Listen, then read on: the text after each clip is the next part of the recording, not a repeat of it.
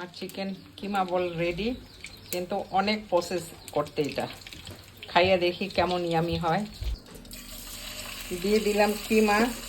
আসসালামু আলাইকুম, আপনারা সবাই কেমন আছেন? আজকে আমি একটা কিমা বল বানাবো, মানে সেম পাকোড়া, কোফতা বলা যায়, পাকোড়া বলা যায়। এটা আমি মানে নিজে নিজে থেকে আর কি যে এরকম করে বানাইলে কেমন লাগে। পেঁয়াজ দিয়ে দিলাম, এটার সাথে ফ্রাই হয়ে যাও। একটুখানি আদা রসুন বাটা, ব্ল্যাক পেপার দিয়ে দিলাম, মরিচের গুঁড়া। আমরা মরিচের গুঁড়া খাই না, তারপর এটা বানানোর সময় লাগবে দেখে একটু দিয়ে দিলাম। সামান্য একটু নুন আন্দাজ করে। এখন সামান্য একটু গরম মশলার পাউডার দিয়ে দিলাম। এখন এখানে আছে গাজর, ক্যাপসিকাম আর একটুখানি পাতা, বাঁধাকপির যেই পাতা দিয়ে দিলাম। একটু নেড়ে চেড়ে রান্না করে নেই। কিমা রেডি। দেখেন আমার মুরগি কেমন চিল্লাইতেছে। এখন এটার মধ্যে আরও অনেক কিছু দেওয়া ওইটাই দেখাবো আপনাদের। এখন দিয়ে দিলাম একটু পেঁয়াজ, কাঁচা পেঁয়াজ। কিমার মধ্যে একটু আলু গ্রেট করে রাখছি বয়েল করে। তারপরে দিয়ে দিব ধনিয়া পাতা আর পুদিনা পাতা।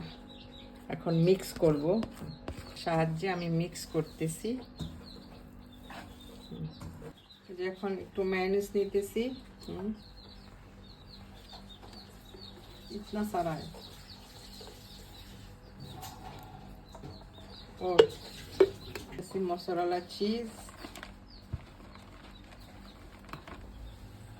এখন একটু পেপার দিয়ে দিতেছি, ব্ল্যাক পেপার।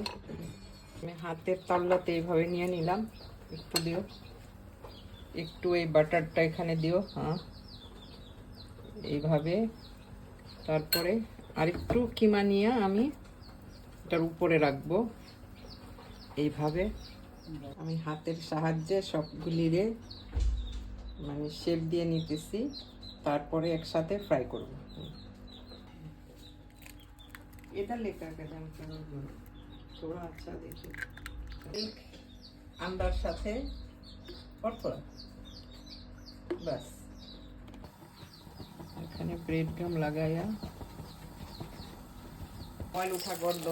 এখন আমাদের ফ্রাই হইতেছে।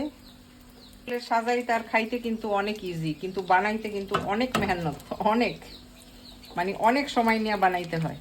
আমার চিকেন কিমা বল রেডি, কিন্তু অনেক প্রসেস করতে এটা। খাইয়ে দেখি কেমন ইয়ামি হয়।